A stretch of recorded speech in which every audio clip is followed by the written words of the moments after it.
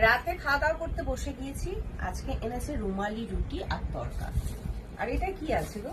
দেখো খুলে দেখো তো চিনতে পারো কিনা। মিষ্টি ছাড়া আর কি? মিষ্টি প্যাকেট। হ্যাঁ মিষ্টি তো অবশ্যই, বহুদিন মিষ্টি খাই না।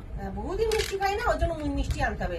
মানে দেখছি। আরে এমন একটা স্পেশাল জিনিস এনেছি যেটা দেখে তোমার পুরনো একটা স্মৃতি মনে পড়ে যাবে। আচ্ছা বন্ধুরা, তোমরা যে বলছো না আমি একটু রোগা হয়েছি, এটা রূপক বাবু সহ্য হচ্ছে না, ওর জন্য মিষ্টি নিয়ে চলে এসেছে। তুমি খাবে না?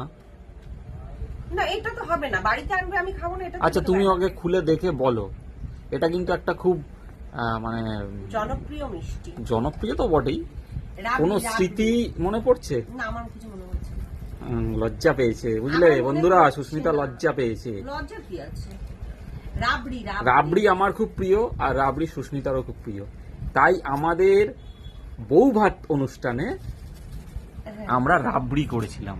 তাতে কি হয়েছে? ওর জন্য সেটাই বললাম না, আজকে কি বউ ভাত আমাদের? না সেটা না, কিছু কিছু স্মৃতি থেকে যায় না, তা সেই বলছি যে আমাদের মিষ্টি হচ্ছে রাবড়ি হয়েছিল। সর দিয়ে বানানো হয়। ছেলেও তো খায়নি, ছেলে খেয়ে গেছে, মনে হচ্ছে ও জানতো না যে রাবড়ি আছে। না না জানে, ও আমাদের সাথে খাবে বলেই খায়নি। নাও বসো, খেয়ে নাও। তা রাবড়ি কারা কারা ভালোবাসো, আর কোথাকার রাবড়ি খুব ভালো আমার একটু খবর দিও, আমি গিয়ে নিয়ে আসবো। আমি জানি কোথাকার রাবড়ি। কোথাকার রাবড়ি ভালো?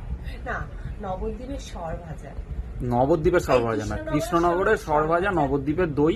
তা সেরকম তো সব জায়গায় কিছু কিছু থাকে স্পেশাল। তা রাবড়িটা কোথায় ভালো স্পেশাল রাবড়ি পাওয়া যায় একটু তোমরা যদি জানো কেউ জানাবে। আমার মনে হয় বড় বাজারে আমরা গিয়ে খাবো, আমি আর সুস্মিতা চলে যাবো, গিয়ে খাবো আমরা সেই জায়গায় বা সেই দোকানে। ছোচা রূপক বাবু মিষ্টি ছোচা। আর একটা প্রজাপতি ঢুকেছে। কি গো সানাই বাজবে?